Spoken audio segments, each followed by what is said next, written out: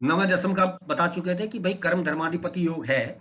साथ ही साथ यहाँ पर एक चीज और देखने की है कि ये कर्म का व्यय हुआ लेकिन भाग्य में हुआ, और आपके भाग्य में कर्मों का व्यय है, यानी आपको क्रेडिट नहीं मिल रहा है। क्लियर है मामला यहाँ तक? और आप कोई संस्था खोल सकते हैं आफ्टर मरने के बाद, आपको बहुत ज्यादा सराहना या अवार्ड एंड रिवार्ड मिल सकते हैं। ठीक, अब आइए 10th हाउस। 10th का तो बता दिया, 11th का। 11th का लॉर्ड जब 10th में आएगा, ये बहुत अच्छा योग है। क्यों?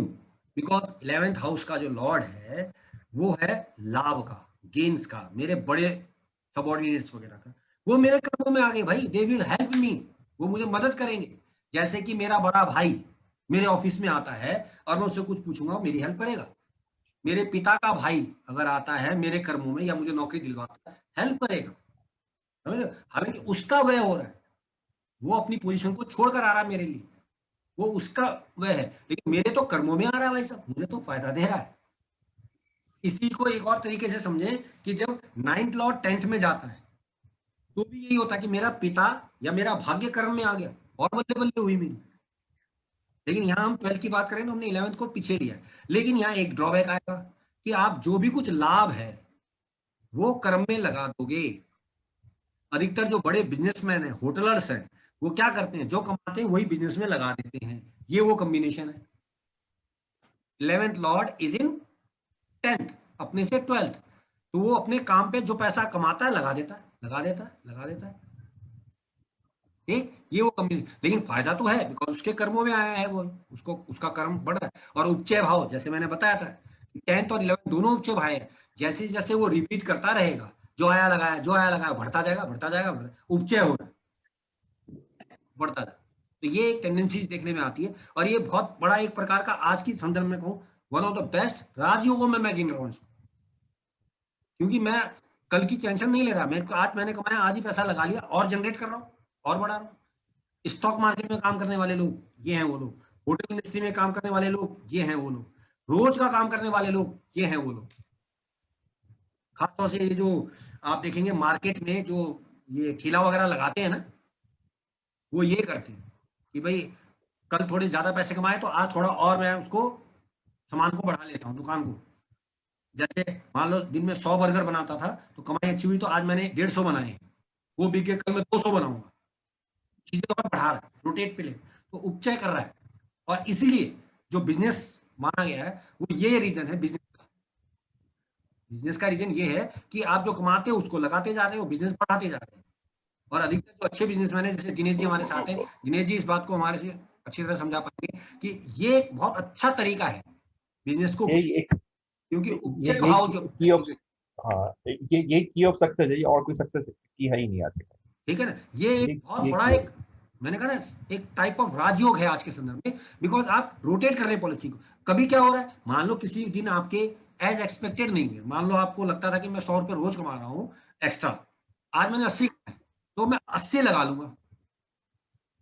लेकिन ये 100 से मैंने 80 आगे के लगाए हैं, जबकि और दिन में 100 लगाता था, तो ये 20 माइनस ना होकर 80 प्लस आज का है। तो इस तरीके से ये बिल्कुल ठीक है, कंपाउंडेडली जिसे हम कह सकते हैं। तो ये एक बिल्कुल बिल्कुल। तरीका है बिजनेस को बहुत अच्छा ग्रोथ करने का। जो मैंने पिछले दिनों आप लोगों को एक पोस्ट बताई थी कि गुरु ग्रह का गोचर मूव कर रहा है, सोने पे पैसा लगा लो, चाहे आप 1 रुपए का सोना ले लो, रोटेट कर लो, बढ़ेगा, बढ़ रहा है, देखो आप। और मैं अभी बता रहा हूँ आपको भाई साहब, इस साल ये लाख पार चला जाएगा, अभी भी वक्त इन्वेस्ट कर लो। गोल्ड। ये एक तरीका है, ठीक, नहीं तो एक तरीका है आगे आने का। ठीक, लेकिन यहाँ ये ध्यान रखना कि 10th लॉर्ड की क्या स्थिति है। पता लगा कि आपका होटल बहुत अच्छा चल रहा था, आप जो है गाड़ियों पे पैसा लगाने लग गए, जो कमाई हो रही गाड़ियों पे लगा, दूसरे धंधे पे लगा दी, पता लगा वो काम आपके लिए था, डूब गया। फिर आपको किशोर जी यार मेरा तो कॉम्बिनेशन था, आपने बताया था, ये उल्टा कैसे हो गया? तो भैया उल्टे आप गए, हमने उसी काम की बात की है, क्योंकि 10th में आया है, तो जो काम तू कर रहा है उसी को घुमा, आगे एक्स्ट्रा मत जा। अब यहाँ पर वो किराएदार वाली बात आएगी। अगर मान लो 10वें घर में 2-3 ग्रह हैं तो आप कुछ एक्स्ट्रा काम कर सकते हैं जो उनसे रिलेटेड हो सकता है, वो एक अलग बात हो जाएगी। लेकिन हम बात करें 12th की। अब आ जाते हैं सबसे खतरनाक भाव पे, जो कि हमारे लिए बहुत जी। अच्छा, बिकॉज 12वें का व्यय भाव इसे 11वां भाव। तो जब आप 12वें का व्यय करते हैं, 12वें को खर्च करते हैं, तो आपको क्या मिलता है? लाभ। क्योंकि आपके लाभ में आया 12वें का व्यय। अब 12वें का व्यय क्या है? चैरिटी नहीं करता, खर्चा नहीं करता, अस्पताल नहीं जाता, कोर्ट कचहरी थाने नहीं जाता, किसी नहीं करता, क्यों? 12वें को खत्म सारी कर कमाई हो रही है, तो लाभ ही बढ़ रहा है। लाभ ही लाभ है, खर्चा ही नहीं हो रहा। बस ये है। इसीलिए इसीलिए मंत्रेश्वर फल दीपिका में कहते हैं कि 11वां भाव सबसे खराब भाव है। जब सारे क्लासिक्स ये कहते हैं कि 11वां भाव तो बहुत बढ़िया है, इसका तो उपाय करने की जरूरत नहीं है, ठीक। लेकिन किंतु परंतु यहाँ एक ड्रॉबैक है, 11वां भाव जितना स्ट्रांग होगा, आदमी के अंदर दान पुण्य की भावना उतनी कम होगी, तो उसे मुक्ति कैसे मिलेगी, मोक्ष कैसे मिलेगा? तो किसी की सोचेगा नहीं, तो अपना बना के चलेगा कि भाई मेरे को मिलता रहे, बाहर में है दुनिया, मैं कमाऊं, ठीक। लेकिन किशोर जी, आपकी जो लाल किताब तो ये कहती है, जो मैंने स्टडी किया उसको, कि भैया तुझे बहुत परेशानियां हैं, तेरे पे कर्जा हो रहा है, कोई प्रॉब्लम हो रही है, तो उधार लेके तू चैरिटी कर दे, लिख के देता हूँ नहीं भाई नहीं तेरे को। नहीं, देखिए उसका एक कॉन्सेप्ट है, उसको ये समझिए कि उसमें 6 to 6 है ना 11th, तो इसलिए वो कह रहा है कि किसी से उधार लेके ही चल चैरिटी तो कर दे, क्योंकि 6 के सामने 12th है। सवाल ये, हाँ, देखो हर क्लासिक्स में 11वें भाव को बहुत अच्छा बोला है, सिवाय जी। मंत्रेश्वर इन फल दीपिका से कि भाई ये वर्ष ग्रह है, क्योंकि ये आपको मोक्ष पाने से रोकेगा, क्योंकि आपका लालच बहुत तगड़ा है, आपका सेटिस्फेक्शन बहुत तगड़ा है, आपको चाहिए सब कुछ, तो आपकी मुक्ति कैसे हो जाए?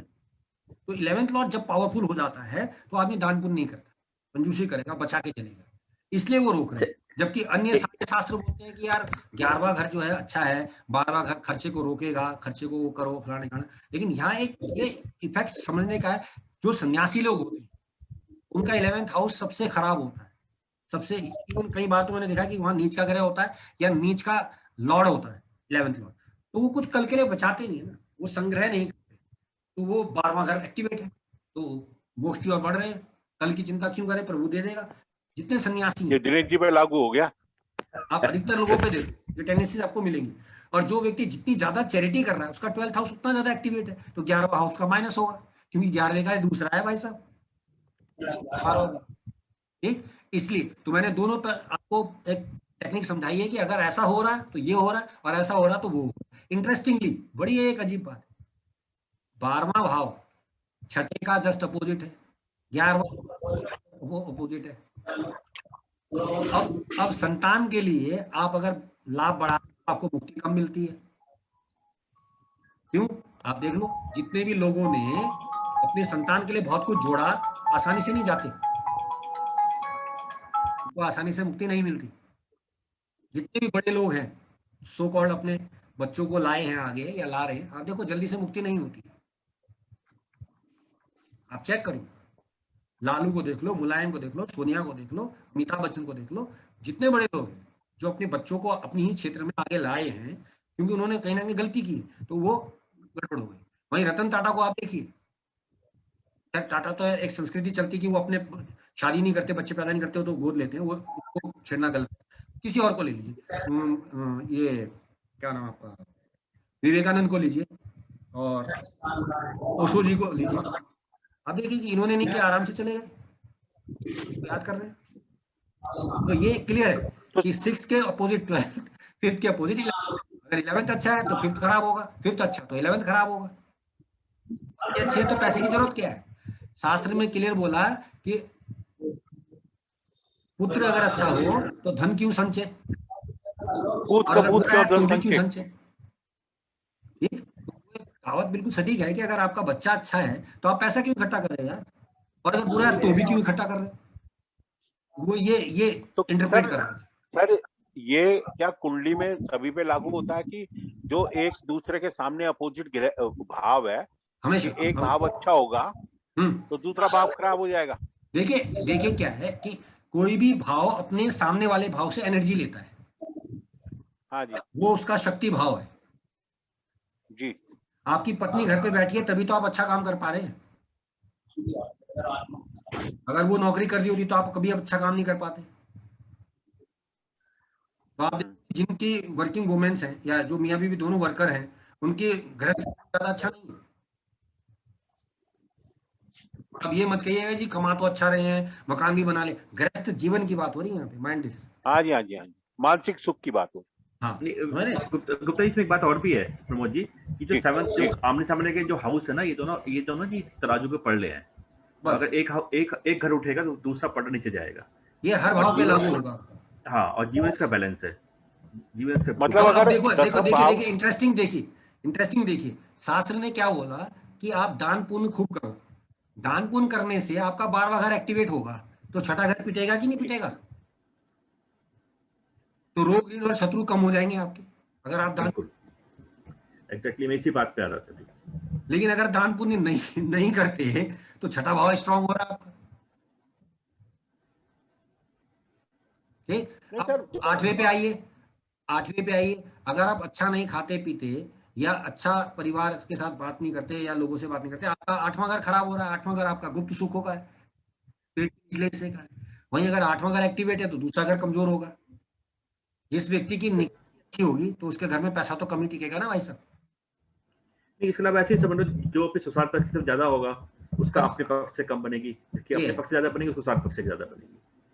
तो इसीलिए अब देखिए एक गुड़ बात पे आता हूँ। इसीलिए जिन भी ज्योतिषियों का 8th हाउस बड़ा पावरफुल होता है या बहुत अच्छे ज्योतिषी जो होते हैं वो ज्यादा पैसे वाले नहीं होते, बिकॉज उसके जस्ट सामने 2nd हाउस है, क्योंकि वो गुड़ तत्व में घुस गए, उनको फर्क नहीं पड़ रहा है। ठीक, वहीं अगर 2nd हाउस पावरफुल है तो 8th हाउस नकली है, फिर वो नकली ज्योतिषी में है, उसकी गिनती शुक्र प्रधान है वो व्यक्ति। ताबीज लेके बैठा है, टोपी पहनाएगा, बढ़िया तरीके से लूटेगा लोगों को, क्योंकि 2nd हाउस पावरफुल है, शुक्र प्रधान ज्योतिषी मैं बोलता हूँ। तो ये इस तरह से रिलेट करेंगे। 4th हाउस बहुत अच्छा तो 10th हाउस पिटेगा। अगर घर का सुख बढ़िया है भाई साहब तो नौकरी खराब है, नौकरी अच्छी है तो घर का सुख खराब है भाई। इसलिए जो कर्म करेगा तो पर्सनल लोग होते हैं वो, इसलिए कहा गया है कि जो प्रोफेशनल्स हैं, सो कॉल्ड प्रोफेशनल्स, वहां तक पहुंचना बड़ा एक्सट्रीम की बात है, क्योंकि वो जब प्रोफेशन में है वो घर बार किसी को नहीं जाता, बिल्कुल अलग प्रोफेशन में टक हो गया हो, और जब वो घर है तो भी प्रोफेशन को घर पे नहीं लाता। तो इसलिए जो बड़े बड़े जो लोग माने गए हैं वो क्या करते हैं, वो शॉर्ट टारगेट पे काम करते हैं कि जब मैं घर पे हूँ मुझे ऑफिस की बात मत करो, और जब मैं ऑफिस में हूँ तो घर की बात मत करो। तो वो फोन नहीं रखते वगैरह, पीए रखा होता वो हैंडल करेगा सिचुएशंस को। और इसका एक बेस्ट एग्जांपल जो देखने में आया, एक फिल्म आई थी अभी, आई थिंक फुकरे रिटर्न्स करके है, उसमें एक नेता होता है, तो नेता उसको वो करते हैं तो थप्पड़ मारता है कि मुझे राजनीति करने दो यार, मुझे ये सब मत करवाओ, मतलब मैं इस काम के लिए नहीं हूँ, ठीक है, कि मैं मुझे राजनीति करने दो, मुझे इन सब पर मत लाओ, ये ड्यूटी तुम्हारी थी, तुम्हें करना था। तो ये वो बात प्रोफेशनल, हाईली प्रोफेशनल, ये बहुत रेयर है। तो जो अधिकतर जो बहुत अच्छे डॉक्टर्स होते हैं जब वो ऑपरेशन थिएटर में होते हैं वो कोई फोन पे काम नहीं कर रहे, प्रोफेशनली उस 3-4 घंटे में काम कर रहे होते हैं। उसके बाद वो फ्री है तो फिर वो वहां काम नहीं करेंगे, घर गए तो फिर ऑफिस का काम नहीं देखेंगे वैसे, क्योंकि वो उस टाइम पे वहां, इसलिए उनको प्रोफेशनल्स में गिनती रखी गई है कि वो सब कुछ छोड़ के आपके काम पे आएगा, क्योंकि प्रोफेशन का पैसा लेता है, वो प्रोफेशनल है। तो जितने बड़े अच्छे जो पैसे वाले लोग हैं, हाईली प्रोफेशनल्स हैं, वो 1 मिनट एक्स्ट्रा नहीं देंगे आपको, क्योंकि उनको पता है यार मेरा कहां से पकड़ेंगे, तो इसको कहां से पकड़ेंगे किशोर जी, इसको कहां से पकड़ेंगे, इसको इस चीज को अपार सफलता कहां से पकड़ेंगे कि व्यक्ति को अपार सफलता आएगी? सक्सेस के लिए सर देखिए, सक्सेस के मायने पहले समझने पड़ेंगे कि हम किस पॉइंट ऑफ व्यू से सक्सेसफुल कर रहे हैं, वेदर पैसे से या कैरियर वाइज या शारीरिक वाइज, ये तीनों डिपेंड करेगा। ठीक, क्योंकि अगर मान लो कोई आदमी बहुत अच्छा काम करता है, बहुत क्वालिफाइड है, उसमें पैसे नहीं है, तो आप तो उसको मान ही रहे कि वो मेहनत करता है, ये भी तो हो सकता है ना। इवन मैं आपको बताऊं, हमने सिर्फ अंबानी का नाम सुना है, कल भी मैं अपने बच्चों से जिक्र कर रहा था कि अंबानी से भी बहुत अच्छे करोड़पति खरबपति इंडिया में पड़े हैं। एक का उदाहरण आपने देखा होगा कि सूरत में एक डायमंड मर्चेंट है, उन्होंने 2000 से ज्यादा लड़कियों की शादी करी और उनको 15-15 लाख के 1 BHK दिए शादी में दहेज। बिल्कुल होगा ना आप लोगों ने, अभी पिछले साल की बात आई थी। बिल्कुल। अब आप देखिए कि किसी मायने में क्या वो अंबानी से कम है क्या, लेकिन उसका नाम क्यों नहीं है, उसका वो रुतबा क्यों नहीं है, जबकि पैसे से देखे तो बहुत तगड़ा है, बिकॉज उसका लगन लॉर्ड इतना पावरफुल नहीं है जितना अंबानी का है। इसलिए एक कहावत मैं बोलता हूं, गरीब देश का राजा गरीब ही कहलाएगा और अमीर देश का राजा अमीर ही कहलाएगा, चाहे वो कितना गरीब हो। पर्सनल चीज पे जाएगी नहीं बात, ठीक है। वी एक्सपेक्ट कि भाई जो अरब में रह रहा है वो तो कुबेरपति है, साले भिखारी भी तो होंगे वहां पे। एक और हम ये एक्सपेक्ट करें कि इंडिया गरीब है, हम ये ऐसा तो नहीं, इंडिया में बहुत खरबपति लोग भी हैं। तो ये मैंने कहा ना कि ये सारा खेल हमें ये समझना है कि सबसे पहले इंपॉर्टेंस ये लग्न लॉर्ड, अगर लग्न लॉर्ड बली है वो कुछ भी कर लेगा, पैसा कमा लेगा, मार्केट कमा लेगा, सक्सेस टॉप ले लेगा। लग्न लॉर्ड नंबर 1 चाहिए। देन चाहिए 10th लॉर्ड, और जो चारों चक्रों में सबसे ज्यादा इंपॉर्टेंस ही 10th लॉर्ड को ही दी गई है, बिकॉज मरणोपरांत आप अपने कर्मों के द्वारा जाने जाते हैं। इसलिए जो 1 4 7 10 के जो इक्वल पॉइंट्स हैं वो 10th हाउस सबसे ज्यादा पावरफुल माना गया है कि भाई ये व्यक्ति ये काम करता था, इस काम से ये व्यक्ति जाना जाता था। इसीलिए मंगल को 10th हाउस में बढ़िया माना गया, बिकॉज वो लगन को भी देखता है वहां से, जबकि कारक तो शनि है, उसको अच्छा नहीं माना उन्होंने।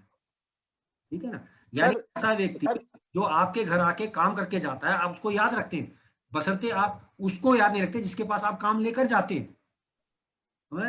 सर एक क्वेश्चन ये है कि जैसे आपने बताया लगन लॉर्ड वो स्ट्रांग होना चाहिए, 10th लॉर्ड है वो भी स्ट्रांग होना चाहिए, इसके साथ साथ दशाएं भी तो आनी चाहिए। अब देखो, दशा एक अलग कॉन्सेप्ट है भाई साहब। दशा तो आपको मिलेगी ही तब जब आप कुछ अच्छा कर्म करके आए, तभी तो आपको इन ग्रहों की दशा मिल रही है। अब सर ऐसा है, बहुत सारे हैं कि जिनका 10th और लगन लॉर्ड बहुत स्ट्रांग है, मगर उनकी दशाएं ही खराब चल रही हैं। मैंने क्या कहा सर, अभी आपको मैंने एग्जांपल दिया ना कि ये दशा कैसे मिलेगी, कि आप उस पर्टिकुलर टाइम पे पैदा होंगे तभी तो आपको दशा मिलेगी। यही तो आपका वो पूर्व जन्म का कर्म है कि आप किस परिस्थिति में आए हैं, कहाँ आए हैं। किसी को मिल गई, किसी को नहीं मिली, यही तो वो खेल है। क्यों नहीं मिली, क्यों तेरा समय नहीं आया, क्योंकि तेरे कर्म कुछ पीछे से ऐसे थे। सारी परिस्थिति यानी कुंडली देखने से ही नहीं होगा, कुंडली देखने में वो बहुत अच्छी स्थिति है, मगर बहुत देखिए, कुंडली तो मैंने कहा तो एक, अब इस कुंडली को हम क्या समझ रहे हैं कि क्या हमें कुंडली के सारे कर्म इसी जन्म में मिलेंगे? ऐसा नहीं है यार, ये कर्म तो हम आगे लेके जाएंगे ना, वी विल मूव फर्दर। अगर क्या है, कुछ कर्म जो मेरे वहां से चले वो मैं यहाँ ला रहा हूँ, इनको मैं सुधारूं, फिर देन मैं आगे जाऊं, ये वो वैलिड रीजन है। ये आपकी बात भी वैलिड है। अब वो सुधार का मतलब क्या है कि ये करके क्या ऐसा आया है, आप वही करेंगे जो आपको पहले निर्धारित किया गया था। आपने पिछली गलतियां की थी तभी तो ये कॉम्बिनेशन मिला, आप फिर यही गलती कर रहे हैं। लेकिन अगर आप ये गलती ना करें, इसमें उपाय का कोई लॉजिक नहीं है, वो कहीं से भी चल सकता है। वो गलती आपने ना करी तो आप आगे प्रोसीजर को लेके जाएंगे, अब आपको ये चीज तीसरी बार नहीं मिलेगी या अगली बार नहीं मिलेगी, वो रीजन है। जैसे अगर आपने देखा होगा, अधिकतर जो मर्डरर्स की कुंडली होती है उनका मंगल और 3rd हाउस बड़ा पावरफुल होता है। पूर्व जन्म में कुछ करके आए हैं गलत, तभी तो इस जन्म में भी गलत कर रहे हैं। यही तो उनको नहीं करना है, नहीं किया तो आगे फर्दर अच्छा जाएगा, लेकिन वो करेंगे क्योंकि वो करके आए हैं। ये हमें सीख। एक क्वेश्चन, एक लेमैन का क्वेश्चन, कि क्या ये जो हमारी कुंडली है और इसकी दशाएं हैं, तो जो हमारा अगला जन्म होता है तो उसमें वो ही दशाएं कंटिन्यू करती हैं या नहीं, फिर? नहीं, ऐसा नहीं। अच्छा, ऐसा नहीं है। उसका एक रीजन है, उसका एक रीजन है कि आपकी दशा कब खत्म होगी, जब आपके प्राण निकल गए। बिल्कुल। और आपका जन्म कब होगा, जो कि हिंदू माइथोलॉजी से देखा जाए तो आत्मा को 13 दिन लगते हैं ऊपर पहुंचने में। हाँ जी, 13वीं मानी गई है जी। फिर ये डिपेंड होगा कि आपके कर्म कैसे थे, आपको किस योनि में कहां भेजा जाए। बहुत समय लगता है, बहुत समय। और कहीं कहीं तो दोबारा होता ही नहीं है, जो मोक्ष मान लेते हैं। और ये बात कुछ वैलिड नहीं है ये लोगों का। मैंने कहा ना, देखो यार, ऐसा है भाई साहब, ये इतना बड़ा एक टिपिकल इशू है कि मुक्ति मिलेगी, मोक्ष मिलेगा, किसको पता है? किसने देखा? किसने कहा कि हाँ भाई मैं मुक्त हो गया हूँ, मुझे मुक्ति मिली थी, मैं आया हूँ?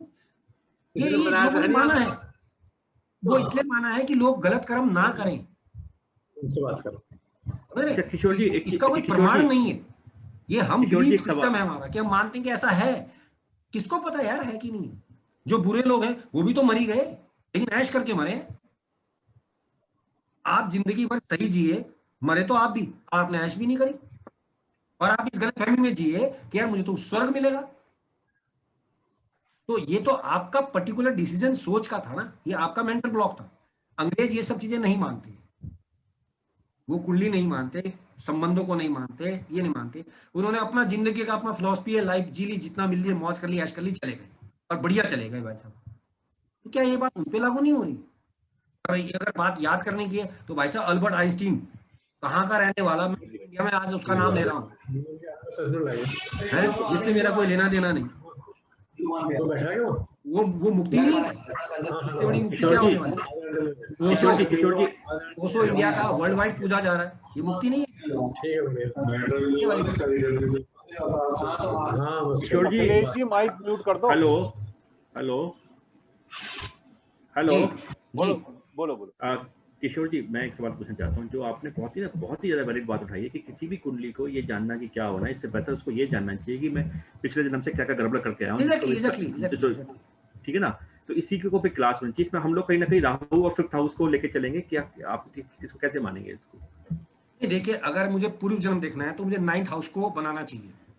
9th हाउस मेरे पूर्व का होता है, क्योंकि फादर से देखते हैं तो फादर में से पूर्व का है, तो 9th हाउस को अपना लगन बनाना, ठीक है, अकॉर्डिंग टू नाड़ी ये माना गया। वहां से हमें पता चलता है कि हम क्या क्या करके आए हैं। कुछ लोग 12th हाउस से भी बोलते हैं, कुछ लोग कहते हैं जी 12वें घर को देखो वो आपका अगला जन्म है, कुछ 5th हाउस को भी बोलते हैं। तो ऐसा नहीं, जो अकॉर्डिंग टू हिंदू माइथोलॉजी है, जो शास्त्रों में दिया गया है, नाड़ी में भी दिया गया है, 9th हाउस को लॉर्डशिप दीजिए। कुछ लोग तो सर राहु को बोलते हैं, राहु कहाँ है जिस भाव में। 9th हाउस का मालिक, 9th हाउस को लगन बनाइए, वो आपको बताएगा कि आपका पूर्व जन्म क्या था और आप क्या कर्म करके आए थे। और इसलिए एक देखिए बेस्ट एग्जांपल मैं बताता हूँ। 9th लॉर्ड जब 12th में गया अपने से 12th, तो 8th हाउस में इस जन्म में जैसे आएगा, तो अब अगर 9th हाउस को आप लगन बना दो, 9th हाउस को अगर आप लगन बनाओगे तो मालिक व्यय है, यानी इस व्यक्ति ने अपने शरीर का व्यय किया था पिछले जन्म में। ये एक बनेगा सीधा सिद्धांत। व्यय का मतलब क्या है कि ये चीजों से भागता था, परिस्थितियों से भागता था। एक मिनट, अगर 9th का लॉर्ड 12th में चला गया तो 9th को जब नहीं, 9th का लॉर्ड आपके 8th में, अपने से 12th 8th में। अच्छा, ठीक है। तो वो 9th लॉर्ड आपका लगन होगा उस समय जी, तो वो 12वें में था जी। उससे वो क्या बता रहा है कि ये पिछले जन्म में ये व्यक्ति चीजों को लेकर भागता था, बिकॉज बॉडी का लॉर्ड 12th में था, या घर बार छोड़ के बाहर चला गया था, कहीं दूर चला गया। यही मतलब हुआ। यही तो वजह है कि इसको हम इस जन्म में भाग्य से सपोर्ट नहीं दे रहे थे, और यही गलती है इस बार भी करेगा, क्योंकि इस बार भी यही करेगा, घर बार को छोड़ के भागेगा। यही तो इसने नहीं सीखा। और इसीलिए मैंने बताया था कि जो प्लस ग्रह हैं वो चंद्रमा है, जो आपको धरती पे इसलिए भेजता है कि आप आना चाह रहे हैं पॉजिटिवली। आप देखिए हमारे जितने राम या श्री कृष्ण भगवान जो भी हुए, उनके लगन में चंद्रमा है, राहु नहीं है। चंद्रमा एक प्लस पॉजिटिव है। वहीं सिर्फ अकेला चंद्रमा शुक्र के घर का श्री कृष्ण भगवान को शुक्र से रिलेटेड बना देता है, कलाकार बना देता है। एक अधिकतर ग्रह उच्च के हैं, लेकिन सूर्य उच्च का नहीं है, सूर्य स्वग्रही है। एक जबकि श्री रामचंद्र जी को चंद्रमा गुरु के साथ मिलता है, तो गुरु उनको मर्यादा में ले आता है। पूरा जीवन गुरु के आसपास गुजर रहा है, गुरु ने जो बोल दिया, पिता ने जो बोल दिया, उसके सर ये कहते हैं ना कि राहु को पिछले जन्म की याद होती है। अगर राहु कुंडली में इस समय जहां बैठा है, इसका मतलब आदमी पिछले जन्म की ये कर्म नहीं, राहु को याद नहीं होती है। राहु को पिछले जन्म की याद नहीं होती है, केतु को याद होती है। राहु नहीं, मतलब कर्म करने के लिए, पिछले जन्म के कर्म। राहु ये बताता है कि इस जन्म, राहु कुंडली में ये बताता है कि इस भाव, इस राशि से संबंधित तुम्हारे कर्म छूट गए थे, जिसके लिए आप छूट गए, इच्छा पूर्ति के लिए। और केतु क्या कहता है कि आप इसका काम करके आए थे, और उसका फल आपको नहीं मिला था, अब मिलेगा। केतु मुक्ति थी ना, आप अधूरा छोड़ के आए, मुक्ति आपको यहाँ इस काम से देगा। जैसे मेरे 10th केतु है, सिंह राशि का है। सिंह राशि ज्योतिष की है, तो ज्योतिष का कर्म रुका हुआ था, वो करने के लिए भेजा गया था, कर रहा हूं। राहु चौथा है। पंचम में अगर है सर, केतु पंचम में है सर, मेष में, तब क्या बोलेंगे? अब मेष राशि क्या बताती है? पहली बात तो ये पकड़िए, कुछ नया काम करने आया है, संतान से रिलेटेड करने आया है, कर चुका था, उसका फल नहीं मिला, तो संतान इस बार आपको बहुत बढ़िया रिजल्ट दे रही होगी। ठीक, ये तो केतु फल कर चुका, रिजल्ट लेने आया है। राहु फल नहीं कर पाया था, इसलिए आया है। अब राहु के फल इस जन्म में मिलेंगे कि नहीं मिलेंगे, एक अलग बात है। इसलिए वो क्या कह रहे हैं, कर्म कर, सोचे, फल देना न देना मेरे ऊपर है, भगवान के ऊपर है। अब कुछ लोगों ने उसको इंटरप्रेट कर दिया कि फल की इच्छा ना करें। ऐसा नहीं कहा कृष्ण ने, उसने कहा कि आप कर्म करने के अधिकारी हो, फल के अधिकारी आप नहीं हो। वो दू ना दू वो मेरी हेडेक है भाई साहब, इच्छा ना करो वो ये नहीं कह रहा। वो कहता है कि भाई कर्म का अधिकार है, फल देना ना देना ये मेरे ऊपर विल है, क्योंकि मैं प्रभु हूं, मैं चाहूंगा तुझे फल दूं या ना दूं। That is why they are saying कि दरिया में डाल, तू काम कर, दरिया में डाल, फल मिले ना मिले। तो एक चीज है, जैसे फल क्यों नहीं मिल रहा, फल क्यों नहीं मिल रहा? वो भी प्रश्न उठेगा। फल क्यों नहीं मिल रहा? क्यों? फल मिलने किसके? केतु का कर्म तेरा छूटा हुआ है। इसलिए जो राम और श्री कृष्ण भगवान है, इनकी कुंडली में राहु केतु का ही लोचा है। कोई बोलता है जी लगन में है, कोई बोलता है जी फलाने में है, कोई बोलता है, किसी को नहीं पता कहाँ है दोनों। अब मेरा मानना है कि उनकी कुंडली में राहु केतु थे ही नहीं, क्योंकि वो कभी पूर्व जन्म से आए नहीं थे, कुछ छोड़ कर आए नहीं थे, वो तो आए समाज को सुधारने के लिए थे। तो उनकी कुंडली में राहु केतु कैसे हो सकता था? ठीक, ये वो। लेकिन क्योंकि सेटिस्फाई करना है एस्ट्रोलॉजिकली, तो हमने राहु केतु को भी बैठा दिया कि राहु, जबकि उस जमाने में राहु केतु कहाँ होते थे? ये तो अवतरित हुए, पैदा थोड़ी हुए शरीर, अवतरित हुए। ठीक, ये वाली बात है। तो अब इसको इस तरह से इंटरप्रेट करना है। अब राहु जहाँ है कर्म करने आए हैं, ठीक, अपना अपना राहु पकड़ो, आप देखो आपकी दौड़ वहीं तक है। और वो कर्म हुक और क्रूक कैसे भी करोगे। गुप्ता जी एक सवाल पूछ लूं मैं, गुप्ता जी पहले एक सवाल पूछ लूं मैं। जैसे अपना राहु जो है ना जी कुंभ राशि का 9th हाउस में है, तो क्या हम लोग उससे धर्म कर्म से काम को करने के लिए आए क्या? आप 100% आप भटकते रहोगे राहु के चक्कर में, अच्छे गुरु के धर्म के चक्कर में। क्यों आए इस कर्म के लिए? चेक कीजिए। नहीं तो ठीक है, पैसे बाय हुक कैसे होगा भाई साहब? घर वाले ऑब्जेक्शन उठा दिया, दुनिया ये जाएगा बाय हुक और क्रूक करेगा। अगर चंद्रमा को पढ़ो, चंद्रमा इज पॉजिटिव, वो पॉजिटिव वे में करवाएगा। चंद्रमा 12th हाउस में उच्च का होगा, अकेला बैठ के। हाँ, तो अब उच्च का होकर खर्चे की बात दिखा रहा है पहली बात जी। ठीक है, खर्चा करने के लिए आपका मन करता है कि मैं खूब खर्चा करूं, खूब घूमूं, बहुत एक्सप्लोर करूं, वो बढ़िया है। गुरु का आश्रम ढूंढूं, बढ़िया है। अपना आश्रम बना लो। वो जो भी है ठीक है। मैंने कहा ना चंद्रमा पॉजिटिव है, Chandrama is a positive, Rahu is a negative. Swami Dileshanand, ठीक है। नहीं वैसे मेरा नाम तो बदल देंगे ना जी इनका। नहीं मेरा रखेंगे। नहीं मेरा नाम कर देंगे। नहीं मेरा नाम है, वैसे मेरा संन्यास नाम है स्वामी अमृतानंद, स्वामी अमृतानंद।